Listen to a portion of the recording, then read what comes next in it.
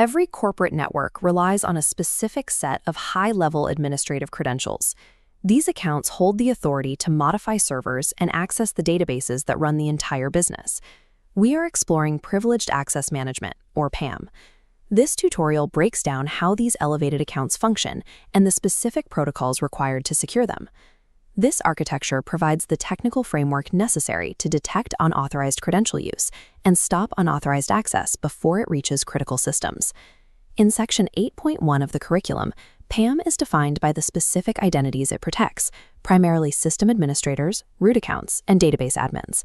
Much like the high-security protocols used to escort staff into back-of-house casino areas, PAM ensures that every administrative login is vetted, escorted, and monitored. While a standard user account has limited reach, a compromised administrator account reaches multiple core nodes. This allows an attacker to move through the network without encountering further internal barriers. PAM manages and audits these high-level permissions to prevent that lateral movement and stop data exfiltration. Section 8.2 details the core mechanics of this defense, starting with credential vaulting and password rotation. Credential vaulting stores these sensitive passwords in a centralized, encrypted location. This removes the need for IT teams to share passwords or store them in insecure local files. Password rotation then automates the process of changing those vaulted passwords.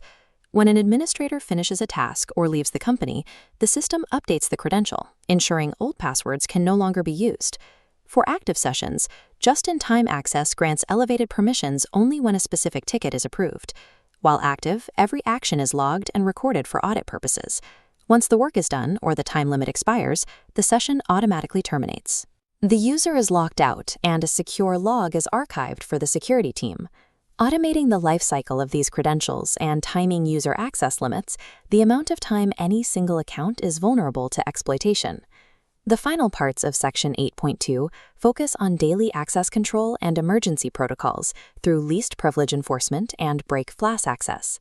Least privilege enforcement segments permissions so that staff only have the specific rights required for their assigned tasks. A database admin can manage the data, but cannot change network firewall roles. Break-glass access is the exception. This is a highly monitored emergency override used only if primary authentication systems fail and administrators need to restore services.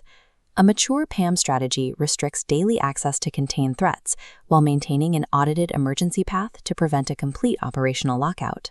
Methodical, professional tone. Implementing these PAM strategies is a core requirement for identity and access management engineers. Ask Me Identity offers a training program designed to help you build these specific technical skills. This cohort-based program includes live instruction, enterprise project simulations, and preparation for technical interviews. It is structured for IT professionals and career switchers who need a guided pathway into the cybersecurity field. You can learn more on the Ask Me Identity training website or contact the team on WhatsApp to discuss the next enrollment date. Section 8.3 introduces the current industry standard, Zero Standing Privileges, or ZSP. In this model, no identity holds permanent administrative rights on the network. Imagine a high-security facility where the access points only materialize when a visitor is authorized to enter, then disappear completely after they leave. ZSP goes beyond simple timing. It creates a brand new administrative account on the fly for a specific task. Once the work is finished, the system deletes the account entirely. This means that if an attacker compromises a user's standard account, they find no administrative pathways to exploit. There is no standing privilege for them to hijack. This approach aligns with zero trust principles. Every instance of privilege is intentional, temporary, and leaves no residual footprint for an attacker to target. PAM also applies to automated systems. Section 8.4 addresses non-human identities, focusing on vaulting the secrets these systems use to communicate. Scripts, applications, and servers require their own credentials, like API keys and certificates, to exchange data securely across the network.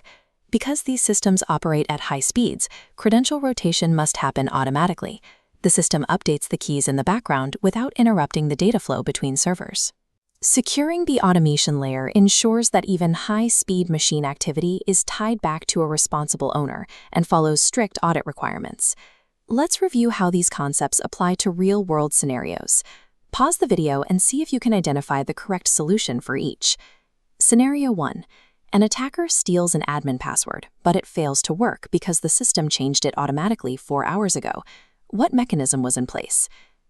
That is password rotation. Scenario 2. You need to give a contractor admin access for 1 hour, but you want to ensure the administrative account is deleted the moment they log out. What is this called? That is zero standing privileges. Scenario 3. An automated script needs to pull data from a database using a vaulted API key. What category of PAM is this? This is PAM for non-human identities. Mastering these concepts allows you to establish granular control over the most sensitive administrative layers of a corporate network.